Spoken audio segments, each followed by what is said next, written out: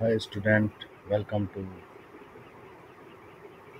Study for You channel. Today we will discuss Sayyid Ahmad Barelvi Shaheed struggle for a just cause.